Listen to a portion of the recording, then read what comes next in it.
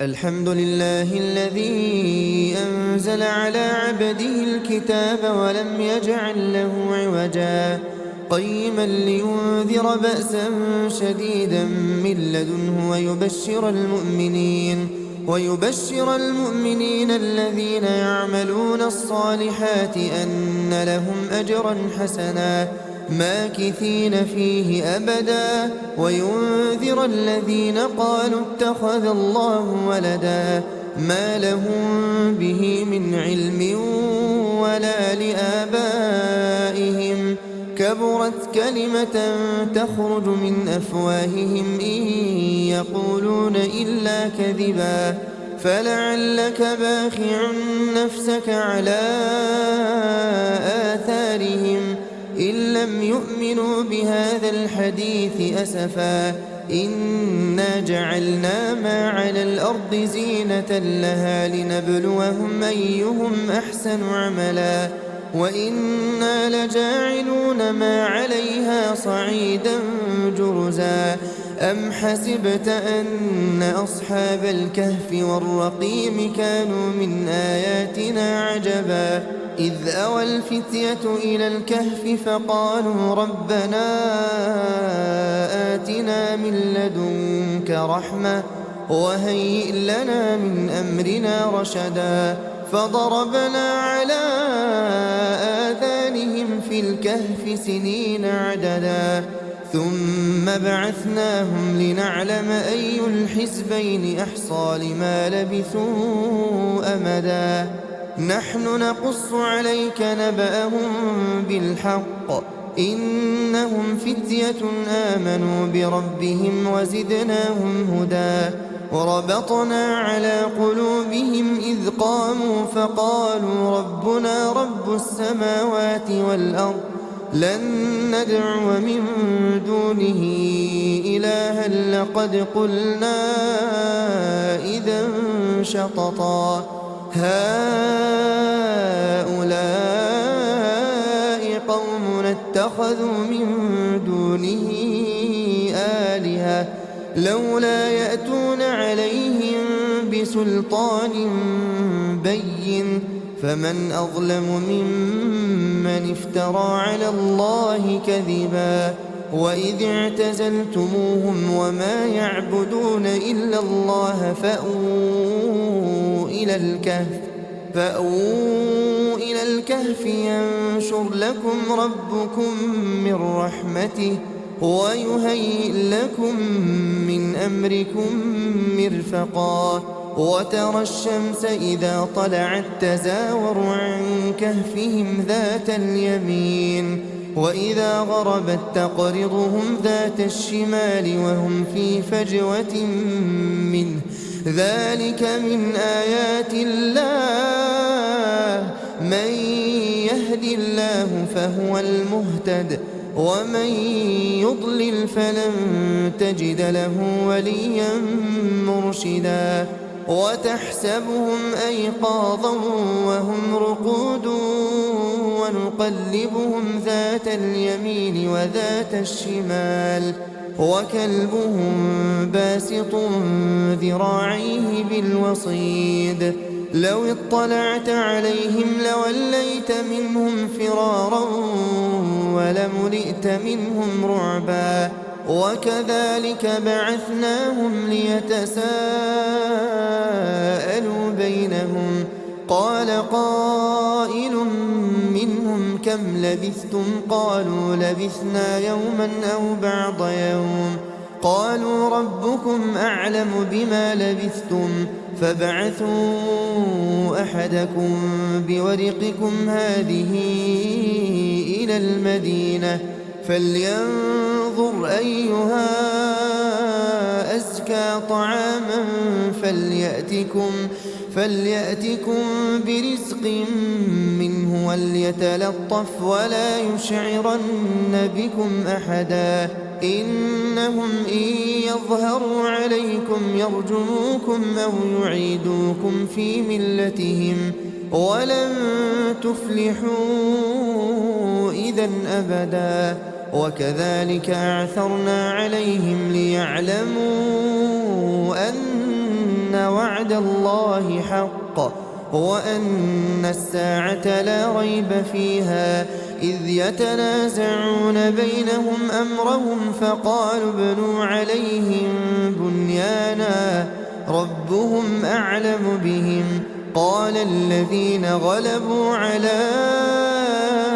أمرهم لنتخذن عليهم مسجدا سيقولون ثلاثة رابعهم كلبهم ويقولون خمسة سادسهم كلبهم رجما بالغيب ويقولون سبعة وثامنهم كلبهم قل ربي أعلم بعدتهم ما يعلمهم إلا قليل فلا تمار فيهم إلا مراء ظاهرا ولا تستفت فيهم منهم أحدا ولا تقولن لشيء إني فاعل ذلك غدا إلا أن يشاء الله واذكر ربك إذا نسيت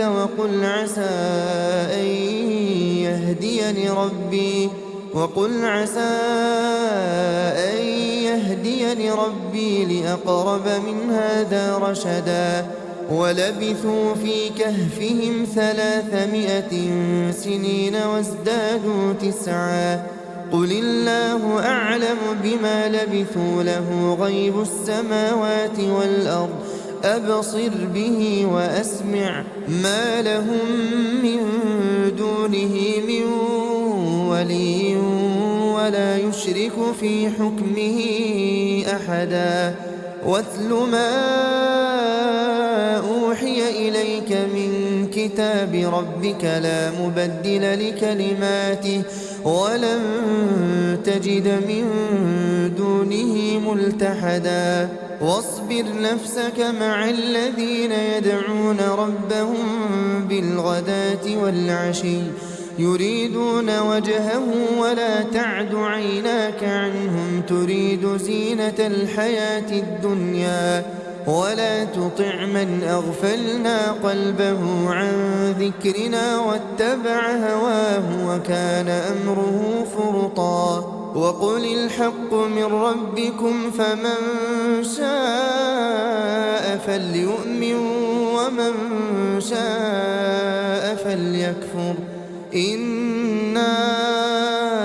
أعتدنا للظالمين نارا أحاط بهم سرادقها وإن يستغيثوا يغاثوا بماء كالمهل يشوي الوجوه بئس الشراب وساءت مرتفقا إن الذين آمنوا وعملوا الصالحات إنا لا نضيع أجر من أحسن عملا أولئك لهم جنات عدن تجري من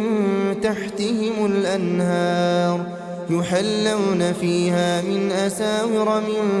ذهب ويلبسون ثيابا خضرا من سندس واستبرق متكئين فيها على الأرائك نعم الثواب وحسنت مرتفقا واضرب لهم مثل الرجلين جعلنا لأحدهما جنتين من أعناب وحففناهما بنخل وجعلنا بينهما زرعا كلتا الجنتين آتت أكلها ولم تظلم منه شيئا وفجرنا خلالهما نهرا وكان له ثمر فقال لصاحبه وهو يحاوره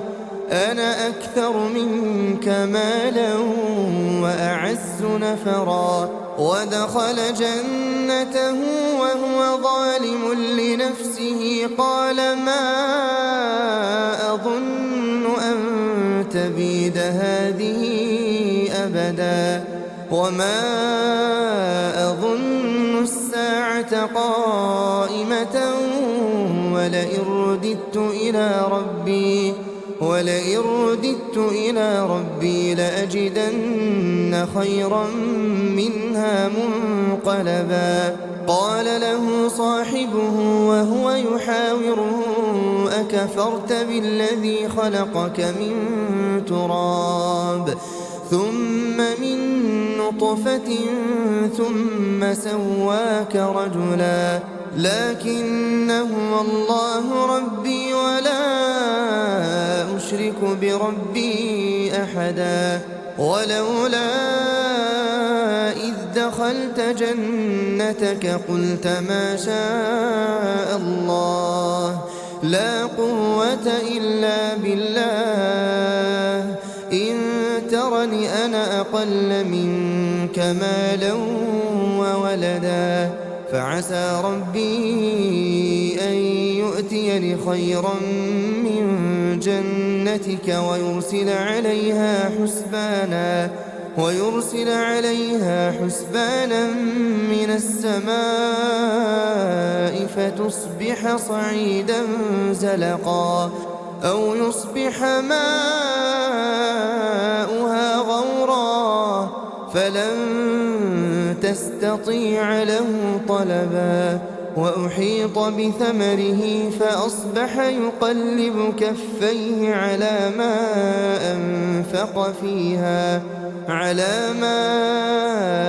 أنفق فيها وهي خاوية على عروشها ويقول يا ليتني لم أشرك بربي أحدا ولم تكن له فئة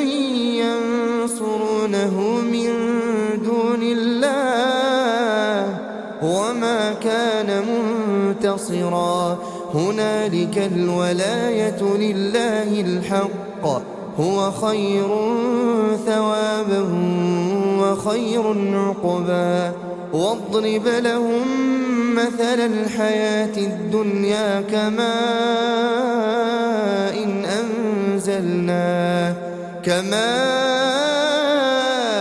إن أنزلناه من السماء فاختلط به نبات الأرض فأصبح هشيما تذروه الرياح وكان الله على كل شيء مقتدرا المال والبنون زينة الحياة الدنيا والباقيات الصالحات خير عند ربك ثوابا وخير أملا ويوم نسير الجبال وترى الأرض بارزة وحشرناهم فلم نغادر منهم أحدا وعرضوا على ربك صفا لقد جئتمونا كما خلقناكم أول مرة بل زعمتم أن لن نجعل لكم موعدا ووضع الكتاب فترى المجرمين مشفقين مما فيه ويقولون يا ويلتنا ما لهذا الكتاب لا يغادر صغيرة ولا كبيرة إلا أحصاها ووجدوا ما عملوا حاضرا ولا يظلم ربك أحدا وإذ قلنا للملائكة اسجدوا لآدم فسجدوا إلا إبليس كان من الجن ففسق عن أمر ربه أفتتخذونه وذريته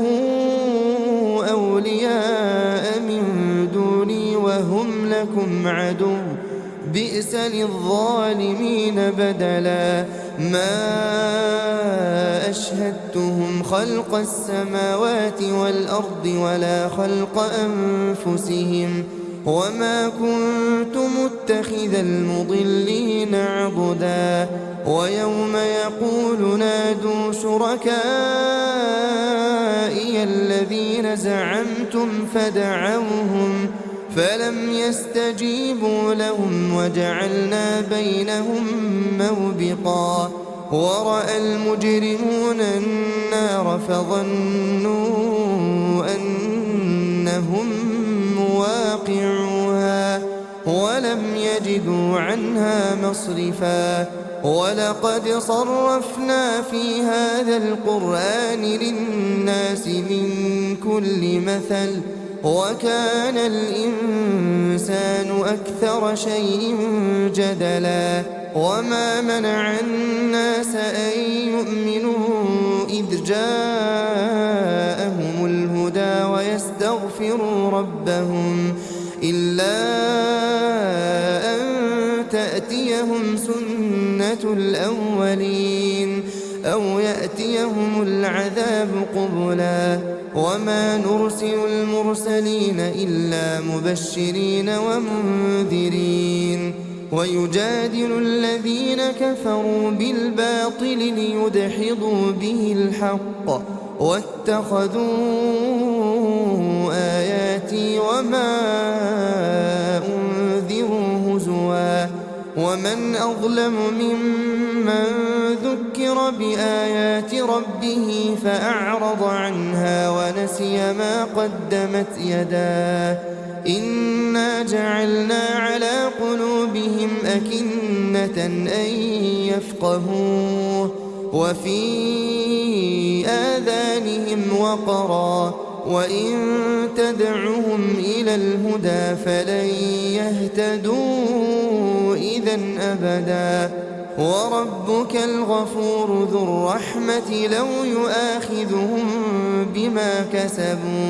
لو يؤاخذهم بما كسبوا لعجل لهم العذاب بل لهم موعد لن يجدوا من دونه موئلا وتلك القرى أهلكناهم لما ظلموا وجعلنا لمهلكهم موعدا وإذ قال موسى لفتاه لا أبرح حتى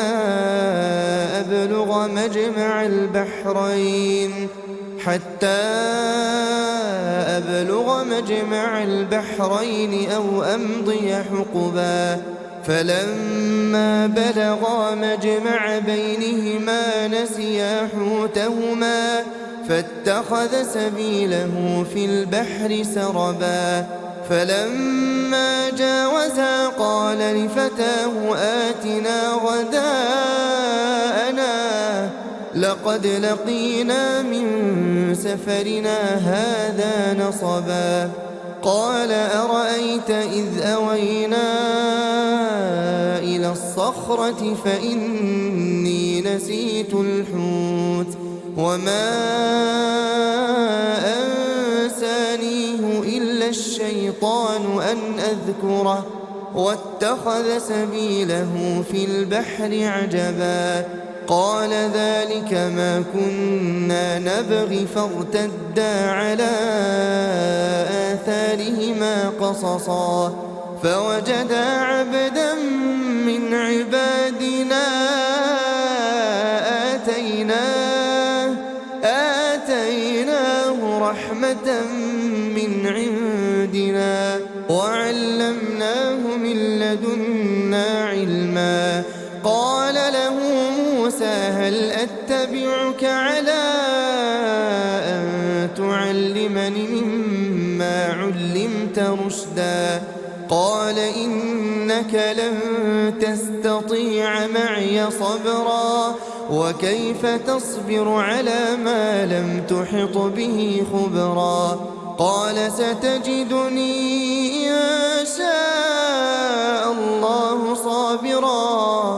إن شاء الله صابرا ولا قال فإن اتبعتني فلا تسألني عن شيء حتى أحدث لك منه ذكرا. فانطلقا حتى إذا ركبا في السفينة خرقها قال أخرقتها لتغرق أهلها لقد جئت شيئا إمرا. قال ألم أقل إنك لن تستطيع معي صبرا. قال لا تؤاخذني بما نسيت ولا ترهقني من أمري عسرا. فانطلقا حتى إذا لقيا غلاما فقتله قال أقتلت نفسا زكية بغير نفس لقد جئت شيئا نكرا. قال ألم أقل لك إنك لن تستطيع معي صبرا. قال إن سألتك عن شيء بعدها فلا تصاحبني قد بلغت من لدني عذرا. فانطلقا حتى إذا أتيا أهل قرية استطعما أهلها فأبوا أن يضيفوهما فوجدا فيها جدارا يريد أن ينقض فأقامه. قال لو شئت لاتخذت عليه أجرا. قال هذا فراق بيني وبينك سأنبئك بتأويل ما لم تستطع عليه صبرا. أما السفينة فكانت لمساكين يعملون في البحر فأردت أن أعيبها وكان وراءهم ملك يأخذ كل سفينة غصبا. وأما الغلام فكان أبواه مؤمنين فخشينا أن يرهقهما طغيانا وكفرا. فأردنا أن يبدلهما ربهما خيرا منه زكاة وأقرب رحما. وأما الجدار فكان لغلامين يتيمين في المدينة وكان تحته كنز لهما وكان أبوهما صالحا فأراد ربك أن يبلغا أشدهما ويستخرجا كنزهما رحمة من ربك وما فعلته عن أمري ذلك تأويل ما لم تسطع عليه صبرا. ويسألونك عن ذي القرنين قل سأتلو عليكم منه ذكرا. إنا مكنا له في الأرض وآتيناه من كل شيء سببا فأتبع سببا حتى إذا بلغ مغرب الشمس وجدها تغرب في عين حمئة ووجد عندها قوما. قلنا يا ذا القرنين إما أن تعذب وإما أن تتخذ فيهم حسنا. قال أما من ظلم فسوف نعذبه ثم يرد إلى ربه فيعذبه عذابا نكرا. وأما من آمن وعمل صالحا فله جزاء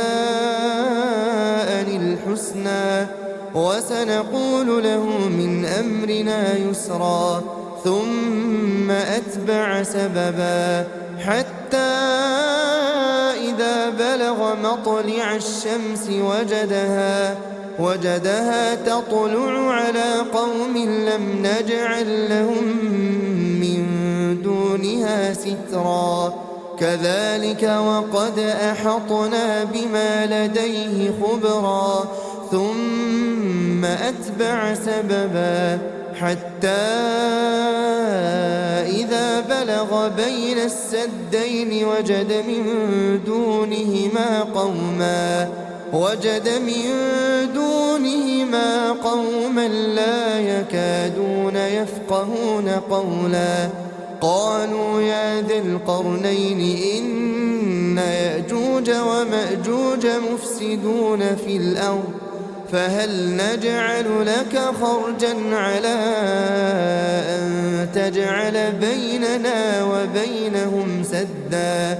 قال ما مكني فيه ربي خير فأعينوني بقوة أجعل بينكم وبينهم ردما آتوني زبر الحديد حتى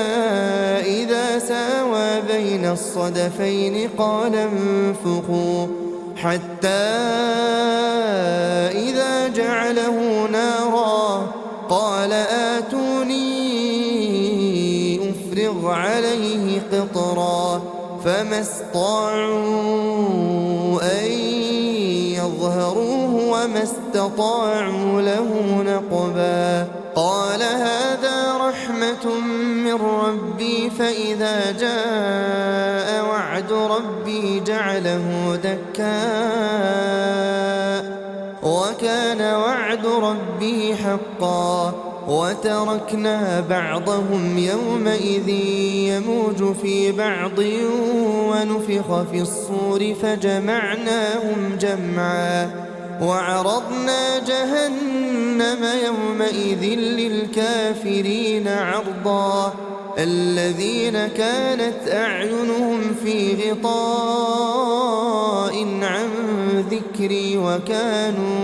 وكانوا لا يستطيعون سمعا أفحسب الذين كفروا أن يتخذوا عبادي من دوني أولياء إنا أعتدنا جهنم للكافرين نزلا قل هل ننبئكم بالأخسرين أعمالا الذين ضل سعيهم في الحياة الدنيا وهم يحسبون أنهم يحسنون صنعا أولئك الذين كفروا بآيات ربهم ولقائه فحبطت أعمالهم فلا نقيم لهم يوم القيامة وزنا ذلك جزاؤهم جهنم بما كفروا واتخذوا آياتي ورسلي هزوا إن الذين آمنوا وعملوا الصالحات كانت لهم جنات الفردوس نزلا خالدين فيها لا يبغون عنها حولا قل لو كان البحر مدادا لكلمات ربي لنفد البحر قبل أن تنفد كلمات ربي ولو جئنا بمثله مددا قل إنما أنا بشر مثلكم يوحى إلي أنما إلهكم إله واحد فمن كان يرجو لقاء ربه فليعمل عملا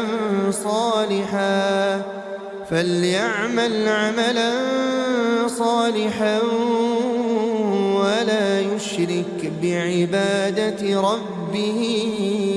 أحدا.